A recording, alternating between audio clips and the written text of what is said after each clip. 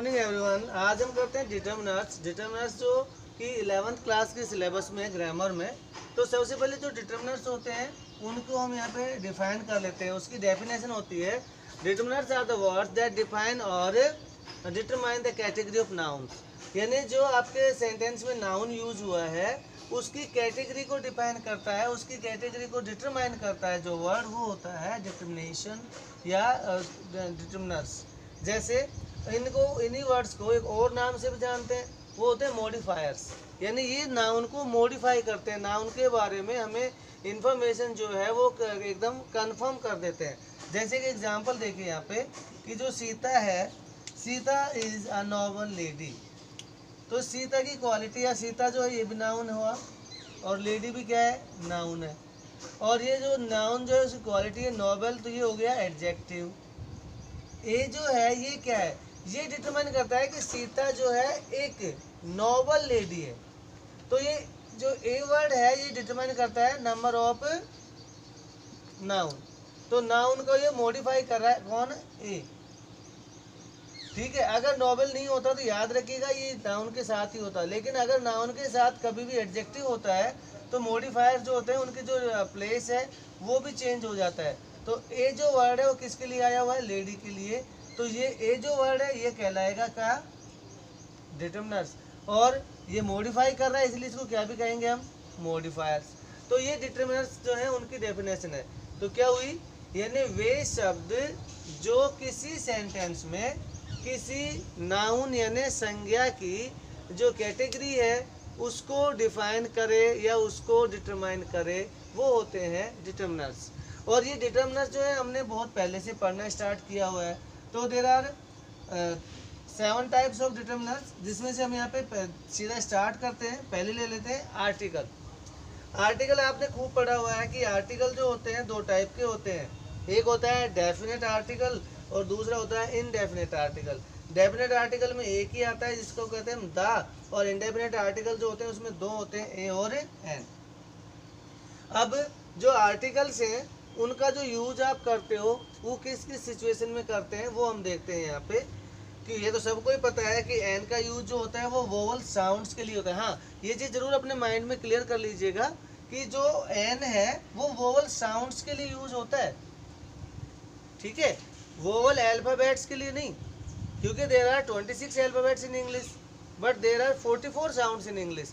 English में sound जो है वो 44 हैं, जबकि अल्फाबेट कितने हैं, 26 ही हैं। तो ए ई आई ओ यू जो है आप उसी के लिए मत बैठे रहिए कि उन्हीं के साथ आपको एन लगाना है। वोवल साउंड होते हैं जो ए आ ई उ ए आई ओ औ अन ए, ये जहाँ भी आप किसी भी वर्ड में साउंड करते हो तो एन। और जो कॉन्सोनेंट है, कॉन्सोनेंट है ना व्यंजन, तो जो व्यंजन ध्वनि है यानी कै गै गै से लेके और क्षेत्र गे तक, वहाँ तक की साउंड के लिए क्या लगाना है आपको, एन। यानी वोवल साउंड का क्या हुआ, ऐसे लेकर के और ए तक। और कॉन्सोनेंट साउंड क्या हुआ, कैसे लेकर के और गे तक। ठीक है, इसको क्या बोलेंगे, स्वर ध्वनि, और इसको क्या बोलेंगे, व्यंजन। ठीक है, क्योंकि पिछले वीडियो में कुछ स्टूडेंट्स की ये कंप्लेंट थी कि उन्हें तो साहब इंग्लिश का ई नहीं आता, तो वो तो मेरे से सोल्व होगा नहीं, पर बाकी फिर भी हम ट्राई करते हैं थोड़ा सा। अब आर्टिकल्स की बात करते हैं। तो देखिए आर्टिकल्स हमने अभी पढ़ा ना, 2 होते हैं, डेफिनेट और इनडेफिनेट। ए एन कौन से, इनडेफिनेट, द डेफिनेट। देखिए A an is used before a noun to indicate it is 1 in number. याद रखिएगा ए और एन का यूज हमेशा हम ऐसी नाउन के साथ ही करेंगे जहाँ पे उस नाउन की संख्या 1 होगी। यानी हम ये कह सकते हैं कि ए एन एंड ए और an is used only for singular noun. और एक और बात है कि इज जनरल नॉट स्पेशल, कि जब आप ए और एन का यूज कर रहे हैं तो वो नाउन जो है कि जनरल मीनिंग दे रही होगी, स्पेशल मीनिंग नहीं होगा।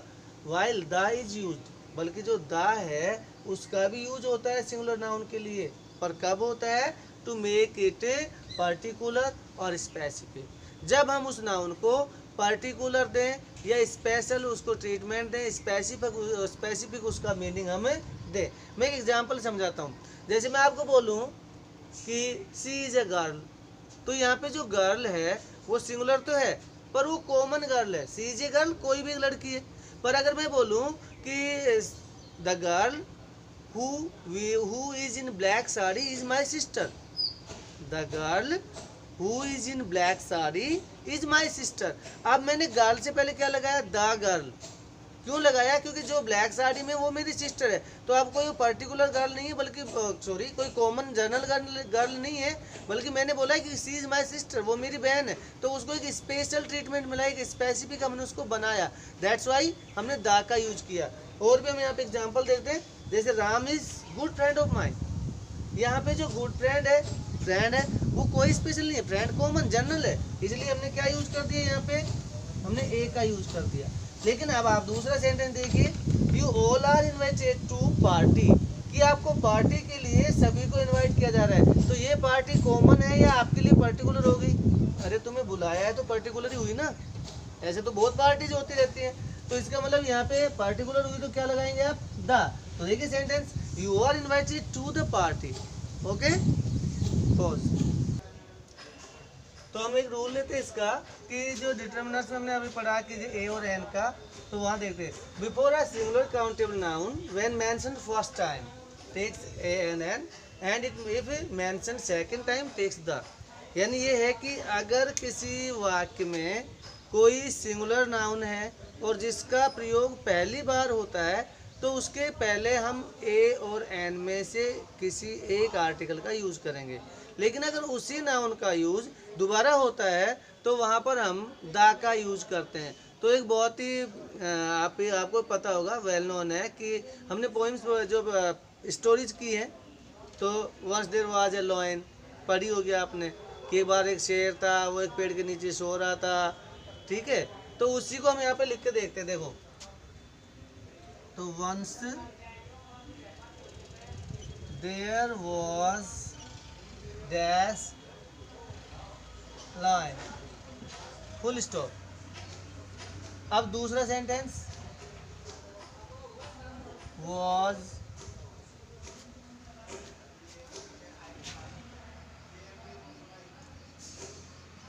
Sleeping under a tree. अब देखिए आप, पहली बार हम लिखा once there was lion, lion first time आया, सिंगुलर है, काउंटेबल है, तो फर्स्ट टाइम आएगा, तो इसके पहले हम क्या लगाएंगे, द या ए। और जब यही लॉइन जो है यहाँ पे फर्स्ट टाइम के बजाय कौन सी टाइम आ गया, सेकंड टाइम, ठीक है, तो यहाँ क्या लगेगा, द। समझ में आई। दूसरा sentence, for wall sounds and, और जो कॉन्सोनेंट साउंड्स हैं उनके साथ ए। अब इसमें आपका प्रोनाउंसिएशन जो है वो बहुत मैटर करेगा। जैसे मैं यहाँ पे कुछ वर्ड्स लिखता हूँ, देखिए अभी आप,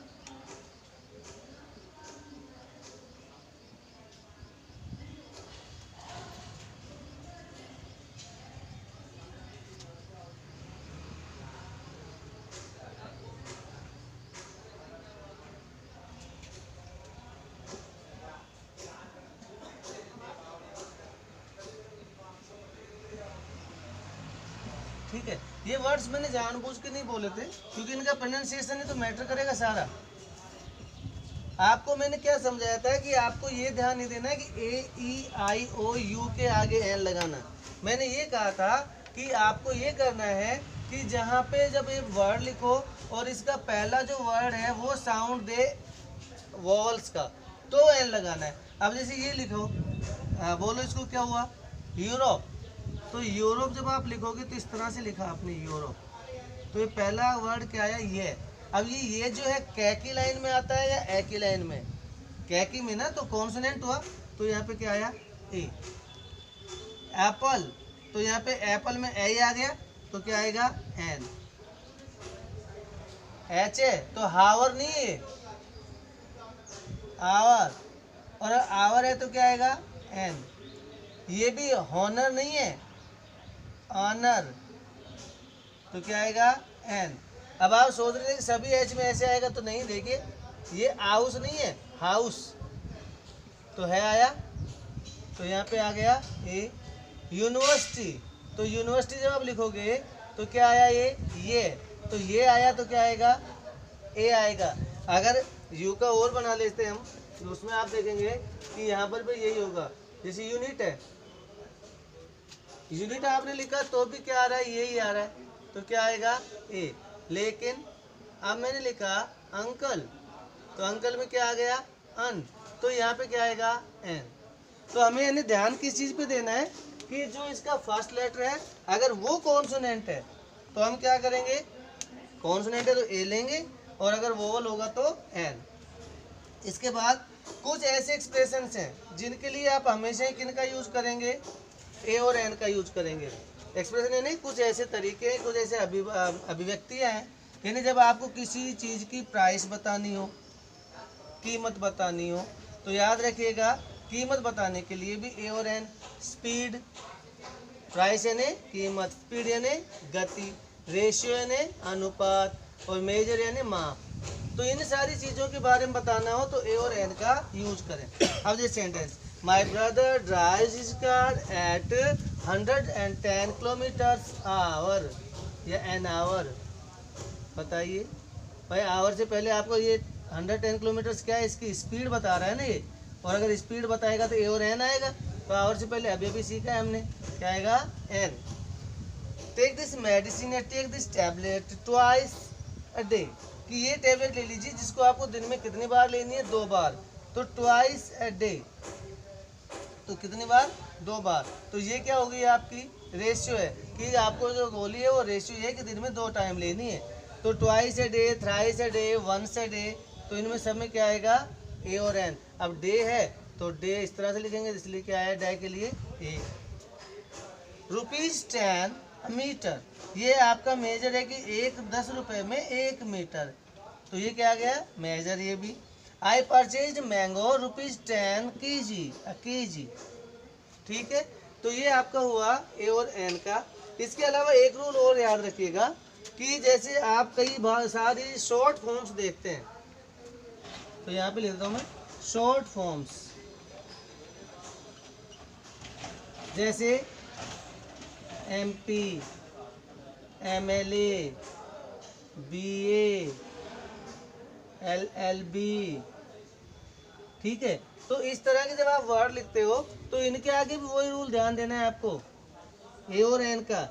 जैसे आप इसको लिखो एम को, तो एम इस तरह से लिखा जाता है, तो पहला वर्ड क्या आ रहा है ए, तो यहाँ पे याद रखिएगा क्या आएगा एन। MLA, MP, तो दोनों एक ही हैं। बी ऐसे लिखेंगे, तब बैच जो है ये कौन सा साउंड है, कॉन्सोनेंट, तो यहाँ पे आएगा ए।